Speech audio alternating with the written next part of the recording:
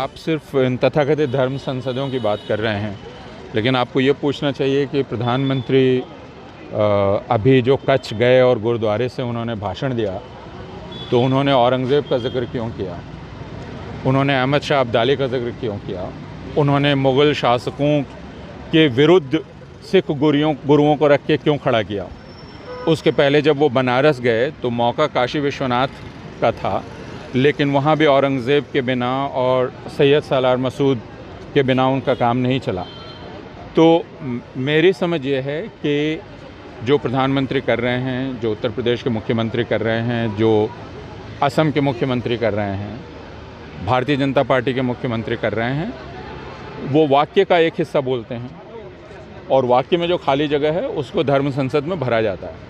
Sir, क्या इस बात से सहमत है कि उत्तर प्रदेश में चुनाव, उत्तराखंड में चुनाव, उसको लेकर ये सब चीज़ें की जा रही हैं? देखिए, ऐसा कह के हम अपने मन को तसल्ली देना चाहते हैं कि चुनाव तक ये चीज़ चलेगी, बर्दाश्त कर लीजिए, ख़त्म हो जाएगा। लेकिन यह हिंदुओं को मुसलमान विरोधी बनाने की रोज़मर्रा की कवायद है, जिसमें आप जब तक रोज़ इस तरह का जहर नहीं भरेंगे समाज में, उसकी नस में आपको कहीं भी जगह नहीं छोड़नी है जहर के अलावा। यह काम किया जा रहा है रोज़ाना।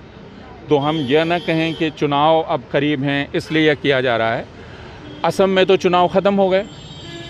आप असम के मुख्यमंत्री का बयान पिछले 3 महीनों के रोज़ाना के बयान उठा के देखें, वहाँ क्यों वो लगातार मुसलमान विरोधी बयान दे रहे हैं? तो चुनाव और इन बयानों का सीधा रिश्ता इस तरह से नहीं है कि जब चुनाव करीब आते हैं तो सिर्फ तभी बेचारे भारतीय जनता पार्टी के लोग क्या करें, उनको हिंदुओं को जगाना होता है तो मुसलमान छोड़ के और कोई मिला नहीं, उसके खिलाफ उठाते हैं। सर, वोट से ये ना कहें हम, ये रोज़मर्रा की कवायद है जिसमें हिंदुओं को मुसलमान विरोधी बनाया जा रहा है। सर, से महात्मा गांधी को गाली दिया जा रहा है। ये तो बहुत ही स्वाभाविक है। महात्मा गांधी को जब उन्होंने गोली ही मार दी तो फिर गाली क्या चाहिए? सर, वहाँ पर शपथ भी ली गई है कि अब जो है जब तक सांस नहीं लेनी है तब तक इस देश को हिंदू राष्ट्र घोषित नहीं कर देते। तो कौन से हिंदू राष्ट्र की धारणा तय करना चाहते हैं? हिंदू राष्ट्र वह है जो आरएसएस के अंगूठे के नीचे है, जिसमें सारे हिंदू वैसे ही आचरण करेंगे जो आरएसएस बताएगा उनको करने को।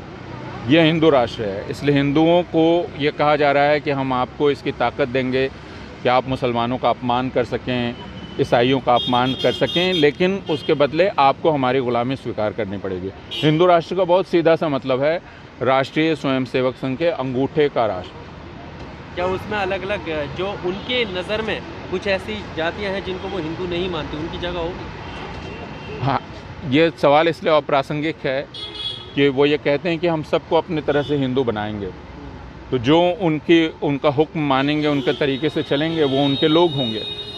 तो वो सबको पालतू बनाना चाहते हैं। जो पालतू बनने को तैयार हो जाएगा, आरएसएस उसके माथे पर अपना हाथ रखेगा। सुप्रीम कोर्ट में भी सर वकीलों ने लिख करके जो दिया, क्या तो आखिरी उम्मीद सिर्फ सर्वोच्च न्यायालय से है। यह देखना है कि प्रदूषण ज़्यादा बड़ा मामला है या मुसलमानों के खिलाफ हिंसा ज़्यादा बड़ा मामला है।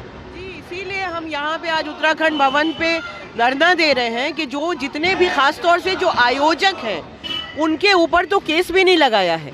पहले उन्होंने वसीम रिजवी पे केस लगाया, कल 2 और लोगों का, लेकिन जो मेन आयोजक है उनके ऊपर केस नहीं है। जिन लोगों ने ओपन कॉल दी मुसलमानों का जेनोसाइड करने की, जिन्होंने ये कॉल दी कि हथियार उठा लो, बल्कि आर्मी तक से कहा कि हथियार उठा लो और मुसलमानों को मारो, उनके ऊपर कोई केसेस नहीं लगे हैं और इसके ऊपर ना ही कोई वक्तव्य सरकार की तरफ से आया है। तो हमारी डिमांड है कि इन सब लोगों पे केस लगाए जाएं, लीगल कार्रवाई की जाए और इनको अरेस्ट किया जाए। वहाँ की पुलिस हाई अथॉरिटी का तो ये कहना कि हम देख रहे हैं अब ये कब तक उनका देखना होगा?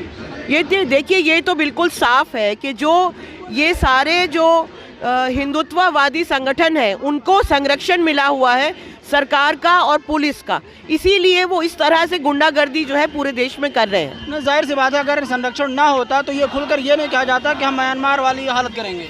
म्यांमार वाली हालत करेंगे, या हम अगर पार्लियामेंट में होते तो मनमोहन सिंह पे गोली मार देते। बिल्कुल इस तरह की चीजें कही जाएं और उस पर कोई एक्शन ना हो, ये बहुत ही शर्म की बात है इस देश के लिए।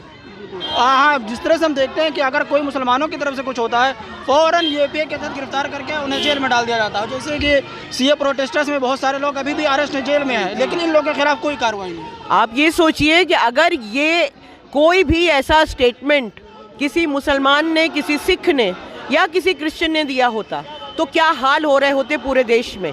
इन्होंने दंगे कर दिए होते और फौरन यूएपीए सेडिशन लगा के जेल में डाला होता। यहाँ पे इतना कुछ कह दिया इन्होंने, इतनी वाहियात चीज़ें, इतना बिल्कुल जो और हमारे कानून के खिलाफ, हमारे संविधान के खिलाफ, लेकिन इनके ऊपर अभी तक